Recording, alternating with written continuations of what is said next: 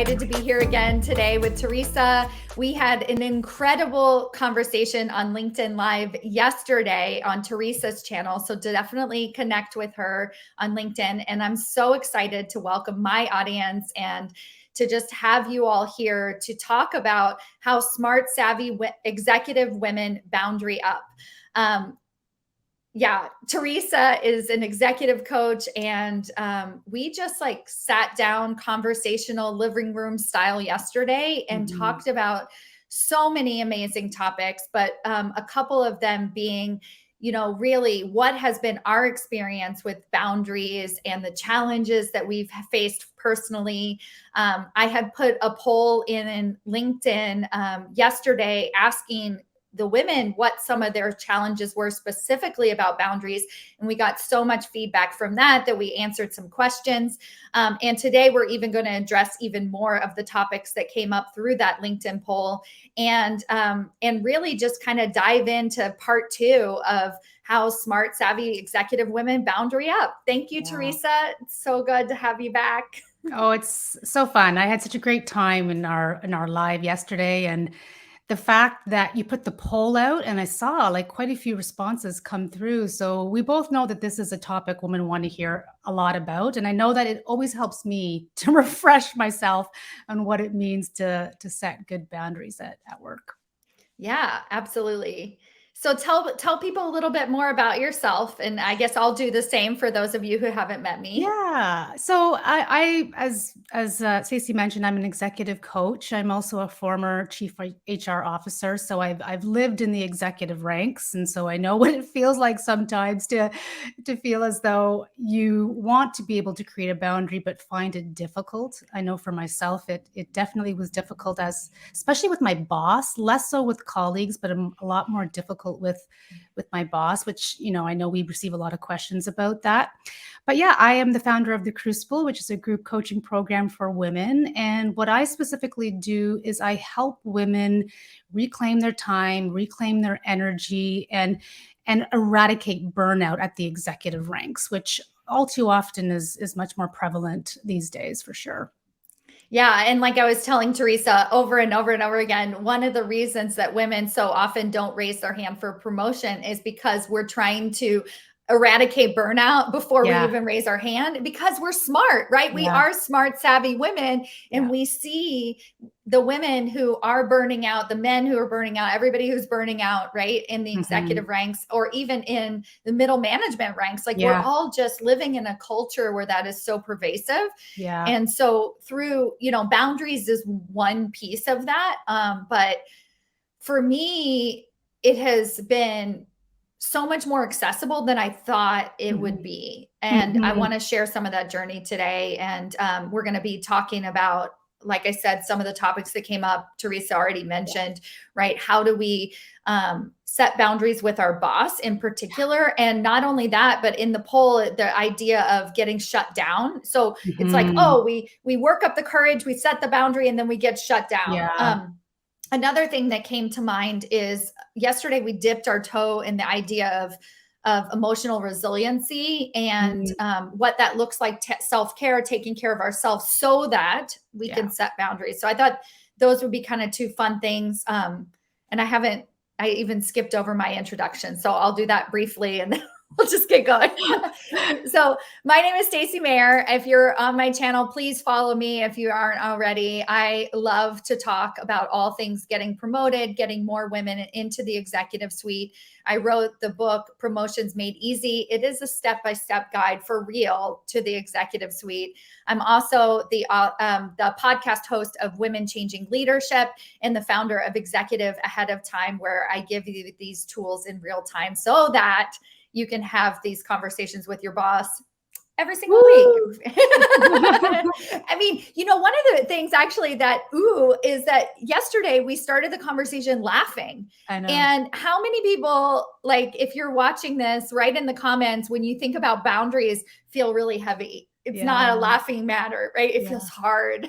Yeah, I know. It's so true. And I wonder if part of that difficulty comes from the fact that we're afraid that we're not going to be able to either uphold it, or we're going to be afraid to say no. I mean, I think fear is a kind of a corrosive thread that runs through this whole topic, because it's hard. It's hard to put a limit or an edge to whether that's a workload or a personal boundary. And yet, it's funny because it's the most freeing thing in the end, but at the time, it feels like it's really darn hard. Yeah. And I like what you said about this, like, hard to put a limit or an edge. So most of you watching work for a corporation, right? You work for another human being, and you took the job with certain expectations that you have a job to do, right? Mhm. And so I think that there's this belief that pushing back or putting limits or an edge on the amount of work that we're going to do is going to be not doing our Mhm. job. Mhm. And I think one of the most profound things that I have been able to do with some of my higher level executive clients is really show them how they're actually not doing their job by Mhm. not setting boundaries. So the Mhm. title of this is Smart Savvy Executive Women Boundary Up.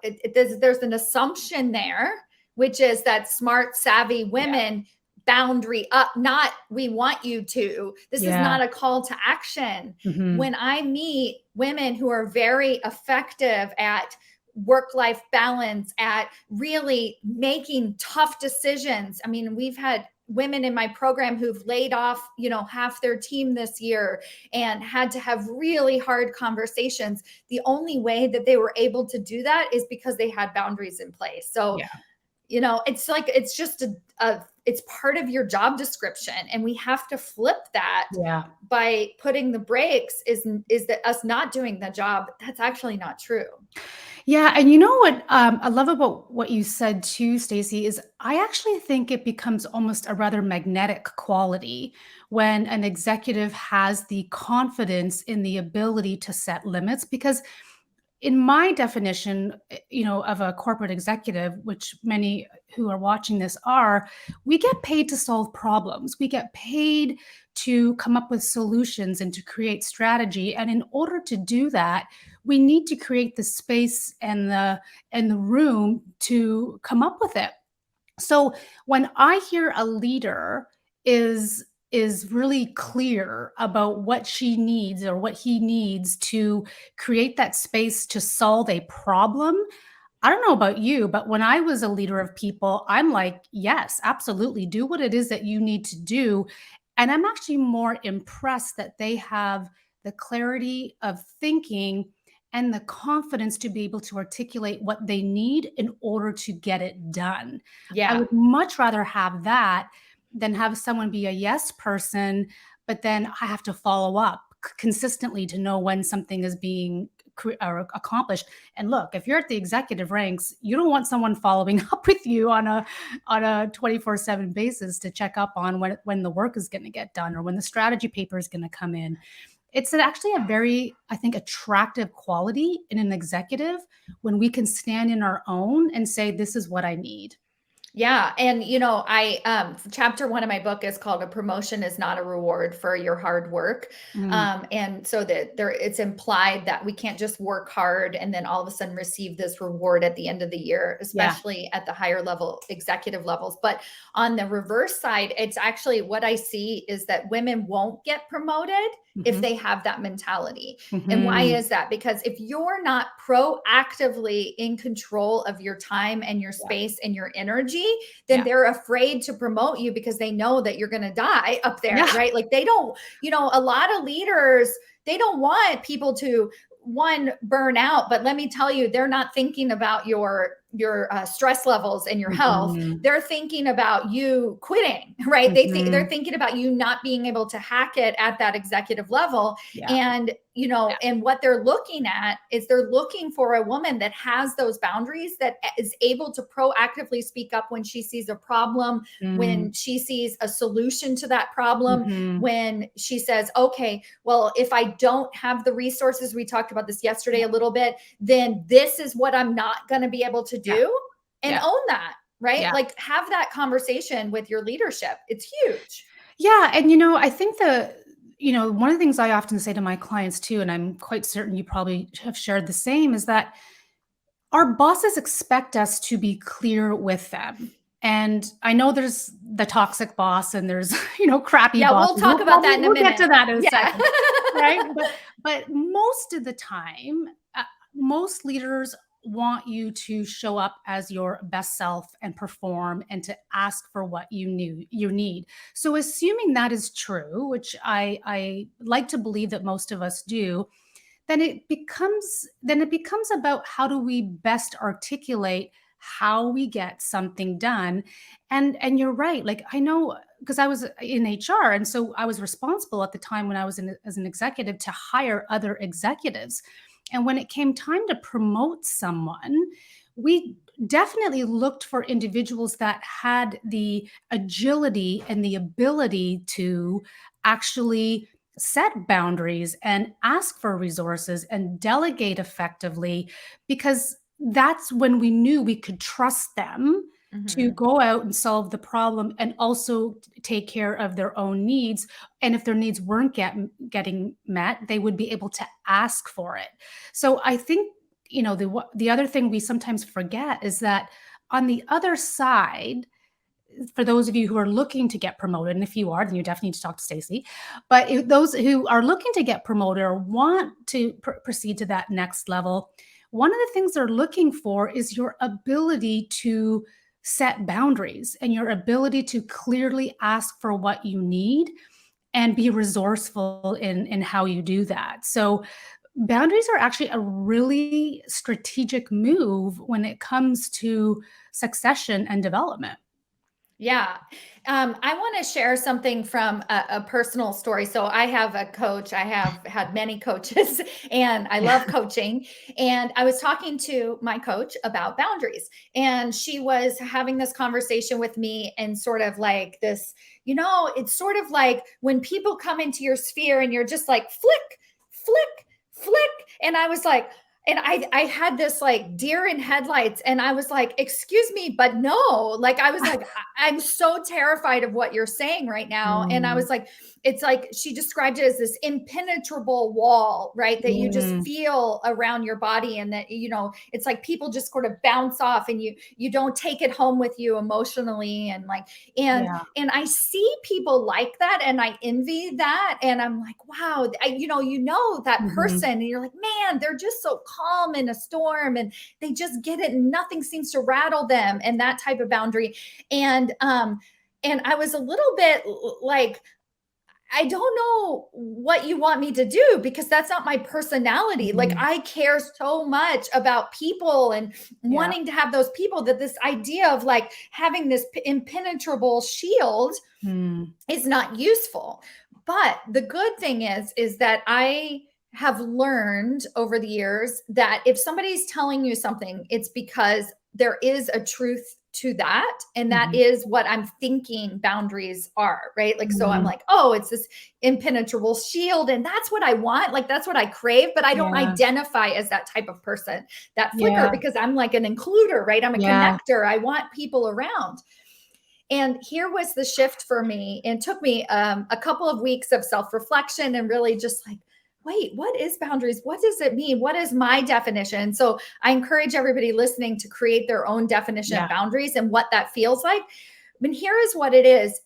I became this idea of having this grounded confidence in myself, Mm. that I was able to not engage emotionally Yeah. with certain people. And because of that, and so we were going to talk today about the emotional boundaries, is that because I'm not able to engage emotionally with the people who are penetrating and just like not great, I'm able to include the Mm. people that I really love and want to work with and want to collaborate with. And I actually noticed that through boundaries, I have more connection with Yeah. people. And so that's the definition. That's like, and so like, what's that goal? What do you want boundaries to be like for you?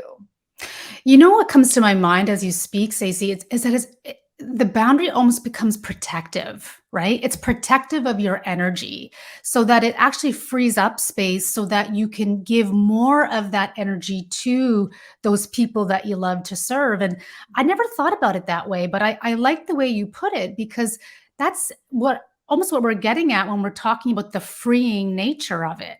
And one of the questions I often ask, and I would encourage others listening to ask themselves this too, is like, what do you want to feel at the end of the day? Like, I ask myself this question all the time, is like, what feelings do I really want to have ended my day with? And then what actions will line up with that? Well, oftentimes those actions require a boundary. It requires a limit, it requires an edge, if you will, Mhm. to how I spend my time or what I choose to say yes to, or whatever the case may be. But I think that boundaries become much easier when we can do exactly what you're saying, is define what they mean for you. So what's your personal boundary? And then some of the times too, I actually will ask clients to then to define personal, career, and we go into categories, and that can be helpful too. But oftentimes I do find they intersect. So, for example, email boundaries is a big one. A lot of people talk about that. Well, an email boundary after 8 also serves a health boundary, that I have that time to re-energize and rest. So they Mhm. do intersect, but it does need to come from what is personally meaningful to you. Yeah, and so actually, I'm going to use this to segue into the bad boss conversation, like Mhm. when your boss is shutting you down.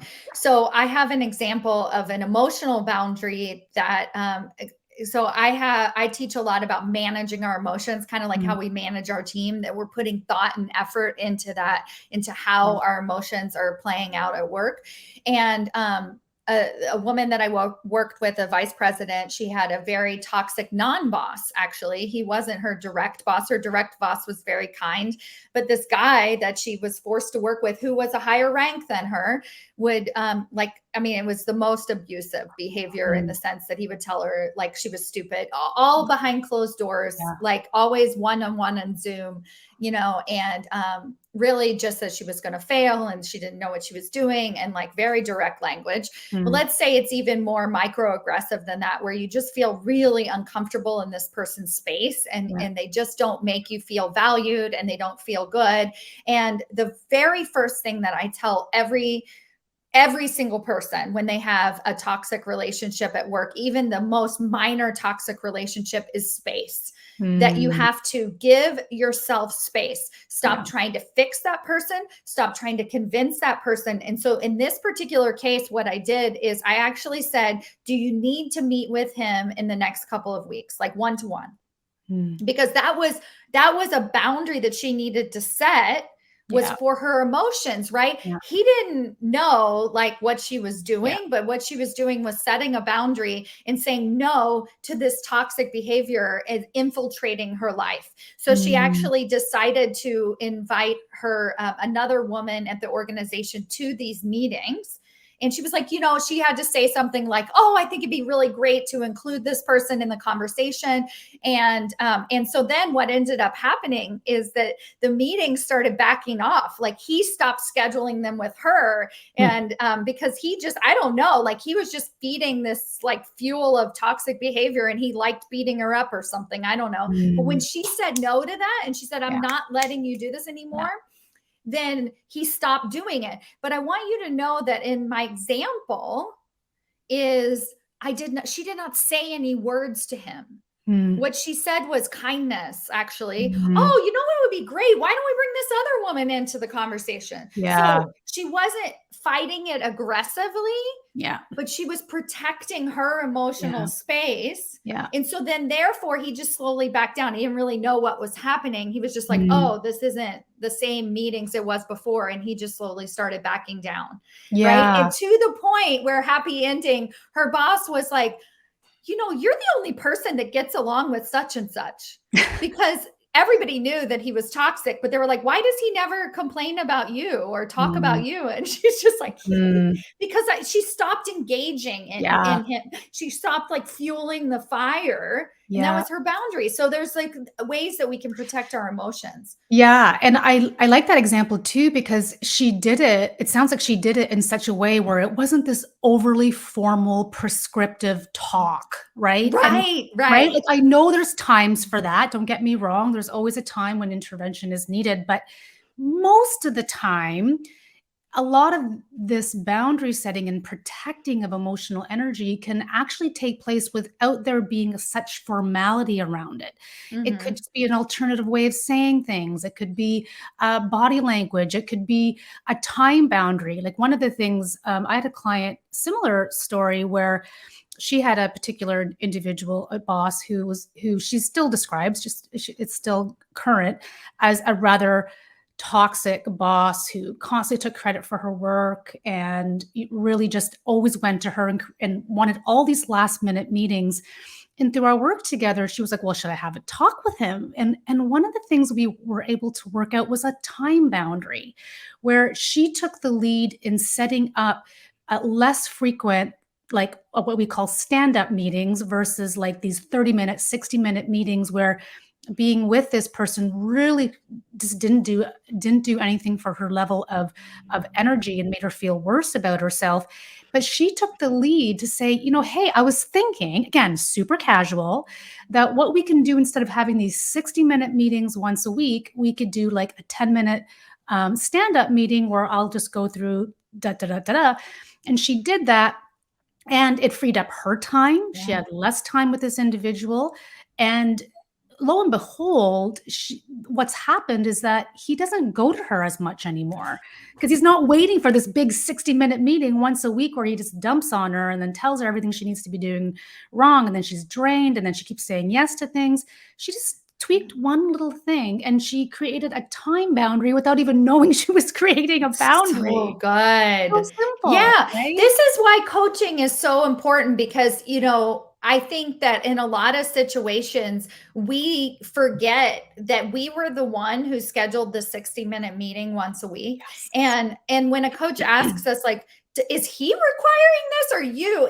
Yeah. And I'll always hear the client at first, they'll be like, well, yeah. He needs this time, blah, blah, blah. And I'm like, but who puts it in the calendar? Yeah. Well, I do. He asked Yeah. for it once, like maybe 6 years ago or Yeah. something, right? Yeah. And so it's how can we push that envelope a little bit? And this, it goes back to one of the topics that we were going to talk about too, which was without burning bridges. Yeah. And we're not pulling the wool over these other people's eyes, but honestly, they don't even know what happened. There's no bridge to be Mhm. burned Mhm. because we didn't have to have that really strong, forceful Yeah. conversation. Yeah. We just took ownership. We said, Yeah. oh, these meetings aren't working. They feel like a dumping ground. So what am I going to do? I'm going to make them, let's try 10 minutes instead. Yeah. And then if they want it to still be 60, okay, well then let's restructure that 60 minutes then so that it feels more conducive to the output that they want to create, right? Like Yeah. it's not working for them either, Yeah, it doesn't have to be hard, right? And Right. again, I'm not saying this to belittle the fact that there are times when, yeah, I think you were saying in one of the notes on LinkedIn that someone said she feels as though her boss shuts her down, right? And that's a really hard feeling. So I want to acknowledge that when anyone feels shut down, that is a nervous system response, and it creates a whole host of different things that happen that make us feel pretty crappy.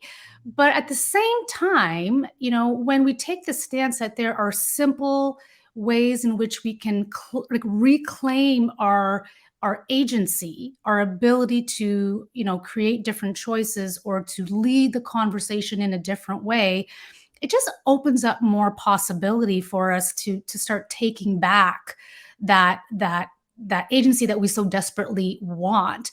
But I Mhm. think, I don't know if we were going to get to this, Stacy, but when I heard that particular comment, and I know I felt this way, I felt this way Mhm. in the past. I know some of my clients have. So, this particular woman or many of them are not alone.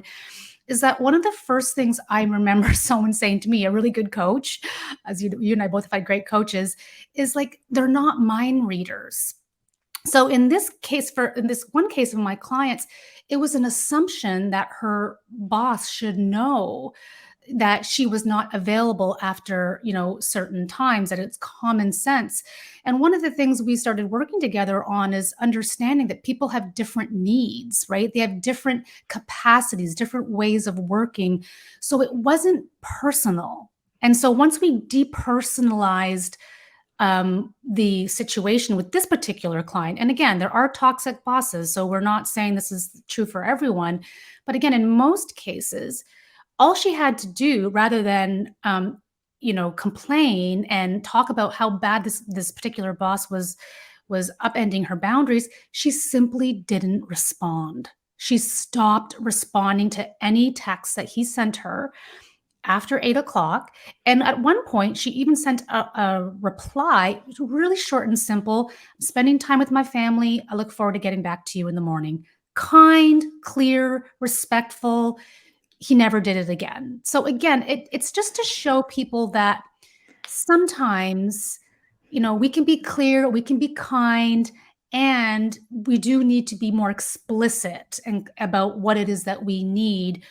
And perhaps let's take a look at that first before we assume that someone doesn't care about our time. Does that make sense? Yeah. Oh, totally. And Yeah. it also, I was thinking about another story of an SVP that her executive was like that chronic texter all hours. And Yeah. she would always, and I said, "Do you always reply within seconds?" And she was like, "Well, no, not if I'm in the bathroom or if I'm in a meeting."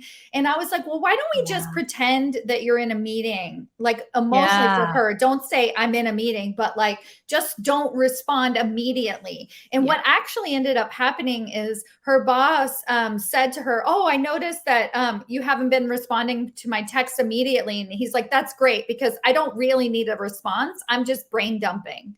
Hmm. But she Isn't had that to give herself interesting? that space, right? Yeah. She had Yeah. to own that and claim that. Yeah. Um, Another situation that came up recently in executive ahead of time is a woman who is an individual contributor. And of course, she wants to take back her time. She has these massive deadlines. She's working 60, 70 hours a week. And the first thing that I pointed out to her is that she has a job, a role where she gets paid by the hour Mhm. and not your ideas. As you Mhm. tend to Yeah. climb the executive ladder, you start to be able to get paid for your ideas, and you can communicate that, and your time becomes less stringent. At the level that she's at, she actually has this requirement of certain deadlines and things and deliverables. And if there's not enough team, she's at the bottom of the totem pole, right? Mhm. Mhm. And so she's been kind of pushing back. "I can't deliver this. I can't deliver this." And when we were talking about it's part of your job as an executive leader to set those boundaries and to speak up, what I was coaching her to do is, for first of all, within herself, realize what job she signed up for and decide if Mhm. that's the one she still wants. Yeah. Like there's First like, order. it's like first role here Yeah. is, let's look at it, right? Because of course your boss is going to be confused if you're Yeah. pushing back about deadlines, Yeah. because you were hired to meet deadlines, right? Yeah. And I'm sure in your interview you told him you were going to meet all those Yeah. deadlines, right? And so just let's get really clear on what's actually happening here, which is you have a role as an individual contributor and your boss sees you that way. And so then I Mm. coached her actually to have a conversation with her boss as an individual contributor, not as a pseudo Yeah. leader that wishes she was Yeah. a leader. But I Yeah. was like, why don't you just talk to him and say, I know that my job is to work 60 hours a week. Right. Mm. Like, I know that that's the expectation at this culture and that's what you expect. And I also want you to know that I don't feel well, that I'm Mm. not able to do my best work. Can Mhm. we talk about this? Can we figure out where am I Yeah. overextending myself? Where can I push back? Where can, Mhm. and the same boss that was like pushing back at her very directly, like, "No, just get your work done. Get your work done. We have to deliver. It's coming from the top down. Just do it. Just push it out." Finally, his guard went down and he said, Mm. "You know what? You're right. Let's talk about it." Mm. Now she's able to break free, but we have to kind of look at what's happening for us and really be able to see that, like, he's just treating you like an individual contributor. Yeah. Again, it's not personal. Yeah. He's not trying to be mean to you. But Yeah. unless we have that conversation and sort of say, "Look, I know that this is my role, but I also Yeah. want to be very honest." And Yeah. yeah. You know, what I'm thinking about as you speak to is when going back to the comment of, about burning bridges, is that I think where bridges get burned, if there is a place where they get burned, it's when we are in reactive mode. So part of Mhm. why I think boundaries is so important is because by virtue of setting boundaries, taking the time to understand what means the most to you as it relates to your career, to your personal life, and all of the different areas of your life, you are actually taking a very reflective stance of how you want to show up. And so then you're much more planful when those times arise, when there's a meeting late after work or someone asks you to meet a deadline at the 11th hour. You have created the inner resources to be able to respond versus react. So I think that part of burning bridges, again, I think really only occurs when tension has been accumulated up to a point and it just gets worse and worse and worse, and then we blow, right? Yeah. And again, I know in my work with women, a lot of times we internalize that stress versus having it come out very vocal. And so that internalized stress is what creates the burnout. So we just want to be really, really careful that we don't mistake burning bridges with not doing the work to ask, what is it that I really need and want before I communicate with my boss? Yeah, and don't be afraid to get help. I mean, we're at Yeah. the end of our Yeah. conversation, so I want to offer up some ways that you can get support from us. I mean, I'll be perfectly honest. I don't talk about boundaries all day, every day.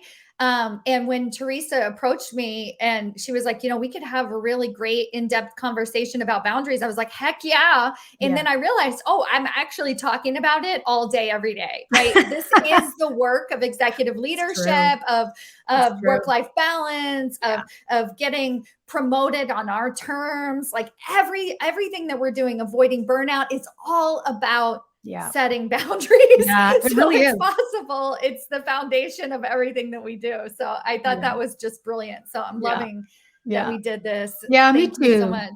That was so much Yeah. fun. Yeah, so I'll link to yesterday's conversation in the comments after today. And then Teresa, what are some of the ways that people can connect with you? Yeah, super easy. I think the easiest way is just to go to my website. It's just teresavozza.ca. It's also .com for anyone in the US, so it'll be easy to find. You can find all the resources there, or just send me a note on LinkedIn. I always love meeting new people and happy to make your acquaintance and get to know you. Agreed. Yeah, Connect with me on LinkedIn and also my podcast, Women Changing yeah. Leadership, and share it with your friends, right? Because we Great can't podcast. Thank you. We can't change the leadership table on our own. Yes, your promotion matters, but this is bigger than you. And so spread the message about if anything stood out to you. Let us know in the comments today. Anything that you're trying, and further questions that you have.